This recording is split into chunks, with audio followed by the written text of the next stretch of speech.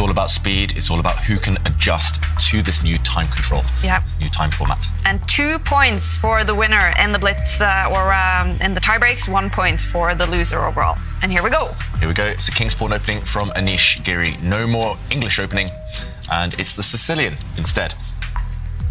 This is very standard stuff. This is the opening repertoire that Carlsen was relying upon in the 2018 World Championship against Caruana. So lots of trades early on. Now Black's Queen coming out, putting some pressure on White's Knight in the middle of the board. Now, okay, White coming up with a temporary piece sacrifice. Magnus raising his eyebrows. The White Bishop there is attacked. So if Black's Knight was captured, White's light square Bishop would have dropped off. Anish Giri, he must have hit Magnus Carlsen with this opening surprise. The world champion slightly frowning. He's confused. Black is a piece up, but he can't preserve his piece. Black's extra knight in the middle of the board will drop next. If it moves, then the Black Queen would fall prey to White's dark square Bishop. So that's a pin, and quite an annoying one for Magnus to face. And this line has actually been played before in 2000 between Daniel Campora and an internet, I think, Grandmaster Hatan Batar from Mongolia, I think. Yeah. So strong players. Very strong players. Okay, and in that particular game, Black responded with supporting the knight with a pawn. Okay, so Black's e-pawn can push forward and defend the knight in the centre. That won't preserve the knight long term, but it does cling on one more move to that knight. So maybe you can take advantage of that move. What is Magnus doing with his mouse? He hasn't clicked on any squares. He hasn't clicked on any pieces yet. He's about to give up his queen. Is that right? Oh my God, Magnus Carlsen has just given up his queen. What? He's going to get 3 pieces in return. But look at this. The Black Knight, I said it was pinned. It cannot move. It stepped back, capturing a bishop. And then White's bishop took a queen. Right now, it's a crazy imbalance. White has a queen. Black has a knight and 2 bishops in return. So actually, 3 pieces, they add up to 9. A queen worth 9. It is roughly balanced. But when a queen is on the board, it's all about king safety, and Black's king is a clear target in the middle later on. Yeah, and I have to say one thing as well. It's all about how those 3 pieces can coordinate. If they cannot coordinate in a good way, don't ever sacrifice your queen. They're all asleep, Black's pieces. Exactly. We should mention as well, White cannot take Black's knight right now on that left side with a pawn, because then Black's rook in the corner would come down and take White's rook. So there's another pin on this A line. Black, his knight will survive. But Magnus Carlsen, I've played him before many times at Blitz. If you give him an artistic choice, he'll go for it, especially in the Blitz games. But it's extremely risky from the world champion. He's really gambling at this early stage. Like Jovanka says, it's all about coordination, piece coordination. But right now, Black is a mile away, an age away from coordinating his pieces. The first move that I would consider is this move that Anish has just played, and entice the knight to step backwards and then start moving forwards. And Anish is he's reading my mind. This is what I want to do. Yeah, and there we saw Magnus, he almost pre-moved retreating his knight because he's also reading Anish's mind, your mind, Jovanka. He's expecting these moves, and Magnus is about to move his central knight in front of the Black King out of the way. He's clicked on that piece. Which way is he going to go with that knight, though? Yeah, he's danced around too long already with the Black Knights. It's really scary for the world champion. The Black Bishops, they are the problem pieces. They are yet to enter the battle. Okay, and Anish Giri driving the knight backwards, attacking it, and the knight has a big problem. It has to move to the edge of the board.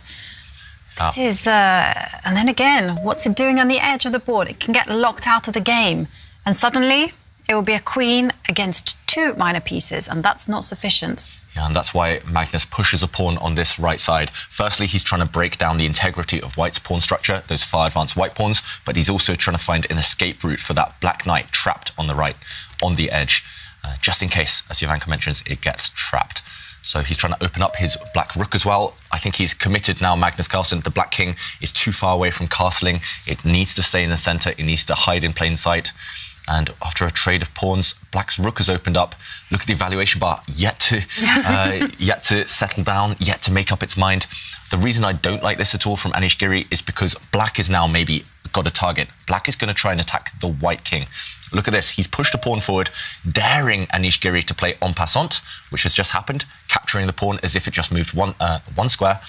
So you can sometimes prevent your opponent from bypassing your own pawn. But Magnus now has opened up his light squared bishop, which was previously asleep. And now look at this, developing his rook across the board horizontally. That's rare. That's rare. Unique. But I do think that white can copy as well. So he can get inspired by black's last move and also move his rook on the same line, 2 squares, and try to use the third row.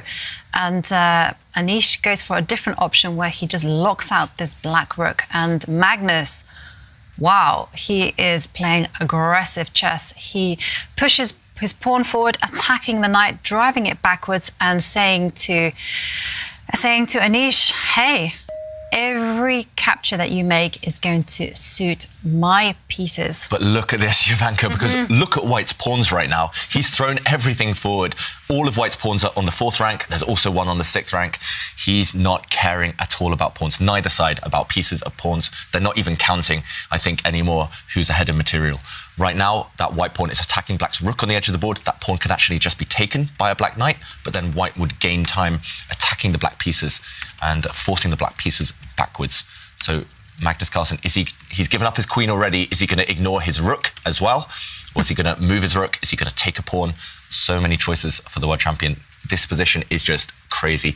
I think even in the 2 players' minds, they are not sure who has the advantage. I'm definitely not sure. The evaluation bar is definitely not sure. This one is one of the wildest chess games I've seen probably ever, but definitely throughout the tour. Yeah, and I can tell you, top engine choice is knight take, capture the pawn. Second is for black just to ignore the rook and just capture the knight. Yeah. Okay, he takes the pawn, so he goes for the recommended move, and now after white gives up a pawn with the check, black recaptures, and now white's knight has jumped in. Magnus is under check. We see on his screen the king is highlighted. Wow. That just shows it's check, but he's getting ready to click his dark square bishop and take that white knight. And it looks like it's happened. The black bishop took a knight, and Anish had pre-moved to recapture with the white queen. That happened instantly, and now the black knight retreating. It's still 2 knights and a bishop for the white queen, so roughly material balance. But look at this, white is trying to get to the black king, trying to open up lines, trying to find a path through. But so far, black's knight, bishop, they're controlling squares. There's no check, and if there's no check, maybe black is safe. And maybe black is okay. And if there's no check and no threat of checkmate or anything, then probably it means that black can go on the offensive as well. So Anish pushing forward a pawn, trying to lock down the lines. Okay. But black's king can start running, or black can even take a pawn on the side of the board with the rook on that left flank. Suddenly, okay, Magnus retreats his knight, just acting as a defensive piece now. I'm slightly surprised because that knight was preventing white's remaining rook from getting to the centre. But Magnus, he's confident he's going to survive. Knights are a king's best friend, and there's 2 of them defending the black king.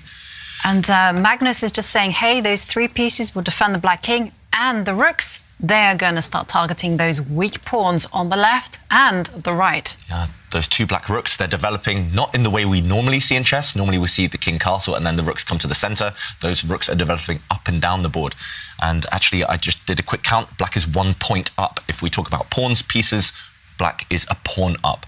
So after all of that kind of tactical melee, it's looking good for Magnus Carlsen. And Anish, he lifts his rook up the board. What's the plan? Maybe a defensive manoeuvre. Maybe he wants to bring that rook across and eliminate one of black's rooks. But maybe he also wants to just step his rook to this 1 square and then maybe threaten a sacrifice or something. Anything to get at the black king. Could have done that on the last turn. I think that's not his idea anymore, Jovanka. I think he's just purely on the defensive, Anish Giri. But Magnus Carlsen, he's going to move one of his rooks. I'm not sure which one, but he's going to move one of his rooks. Oh no, he moves his king. There we go, just looking on the screen. He dragged his king to the side there, away to safety. And now there's danger on the board because the black rook is threatening to attack the queen. And that's why Anish gives a check, which is promptly intercepted by the knight. But look at the black king, safe as the proverbial houses. Yeah, so Anish there, he's about to capture a pawn. He's pausing, he's changing his mind. Look at the thought process from Anish Giri. He's indecisive. He's not sure which direction to go for with that queen. If it can't break through to the black king, then what to do? Is he going to step back and take a pawn? No, he's changed his mind. He's going to bring his rook up the board. Is he going to challenge black's rook at the top there? He is. Will we see a rook trade now? This is how difficult the position is. Even at these top players in blitz, they're not able to trust their instincts. It's all about calculation. And the rooks are off, and now the queen will capture... No, the queen cannot capture the pawn at all. No, because, of course, black will also go and capture the pawn that is up for grabs, and suddenly... Black's rook is amazing. The knight that is sitting next to the king is an aggressive piece. So the white queen is forced into a defensive role. And the problem as well is that the queen and the rook are forced to defend pawns. And, okay, wow, I was about to say Anish Giri, he's banking on the fact that Magnus Carlsen's pieces, the knights and bishop, are tied down defending their king, but Magnus gives up a pawn. He's definitely not materialistic. He gives up a pawn in order to activate the black bishop, and Anish there gesturing, looking frustrated, leaning back. Suddenly the black pieces are coming to life. Black's rook and bishop are teaming up against the same pawn. White's rook is a bit stuck. No targets. White's queen... Yeah, that's why a queen is actually worth the same as 3 pieces. But the problem is there's 3 of them. And if they coordinate, if they defend each other, just the fact there are more pieces to attack with can be decisive. So, okay, all the pawns disappearing on that left half. What a game. You're right, Kaya. Black's rook is now about to come across, maybe deliver a check. Black can take white's central pawn with his knight. And the 3 pieces, untouchable. Yeah. The 3 musketeers. Yeah, exactly. Totally. And the rook is just there. Its sole job on the board is just to gobble up the pawns. So Anish dropping to nearly under a minute left on his clock. Yeah, both players now around the minute mark. And the clock situation is not in either player's favour, but it's definitely Magnus Carlsen's favour on the board. And it's going to be difficult when you're facing a queen. There's always traps, there's always tricks. That's why he steps back. Look at those black pieces. Literally every single piece defends another piece. And, okay, Anish Giri, meanwhile, he's got fewer pieces to play with. So he uses the white king. I mean, this game, I'm going to go back and study it for hours, I think.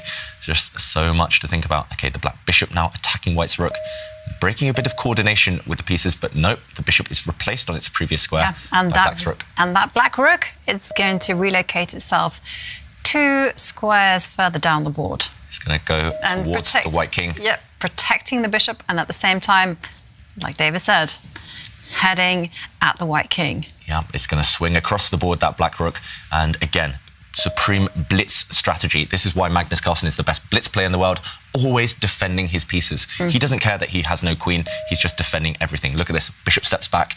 He's still created this nice little cozy home for the black king. I mean, that's the safest king I've ever seen, even though it's being stared at by white's queen, even though it's being stared at by white's rook. Yeah. That king is super safe. It's incredibly safe. And also, Magnus just limiting all risk whatsoever. He just dropped his bishop back to protect his pawn. Okay, so check, and Anish just cannot do a thing. You know, now another pawn drops off the board. Yeah, black's rook has gobbled up all the pawns, and black now is 2 points up, 2 clear pawns. All black needs to do is start going for the white king, I feel. Once the black pieces coordinate, it's going to be checkmate. Maybe we'll see checkmate coming. The black pawn can push forward to attack the white queen. Okay, Magnus just steps back with his rook. Deadly threat now of checking the white king from the front with the black rook. Also, for black's knight to jump in towards the white king, it's game over, I think. That white king is doomed. There's going to be no way to save this game. Magnus just needs the finishing touches now. The black knight can come into the attack. Yeah, I was going to say the black knight, but Magnus says, OK, it's fine. I can just push my pawn. And again, every single one of Magnus's pieces are protected. Yeah, it's as if the black king has got all his clothes on. The white king, look at it. It's naked. It has no protectors, no defenders around it. It's feeling really vulnerable right now. And the white queen has found a safe square, but not for long. No. Black's rook can give a check here in 2 different ways, 2 different directions. He steps back, just again, protecting everything, over-protecting everything, just in case. And well, Magnus is just really perfecting the art of, I was going to say suffering, making his opponent suffer.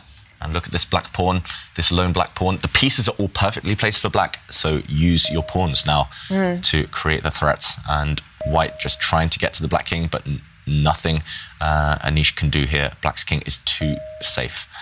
And okay, 1 threat on the board. White's queen is trying to take that black rook because there was a pin. It was undefended, so Magnus again defends everything. He defends his black rook and he attacks white's rook, gaining time. And now the knights finally start to mobilize. They've protected each other for so long, but they will finish off this game. And here it comes. The pawn is closing in on its destination. And another check. And just look how this is just an exercise in dominance. Now it's a queen on the board, and that's it. Game over. Magnus Carlsen wins the first tiebreak.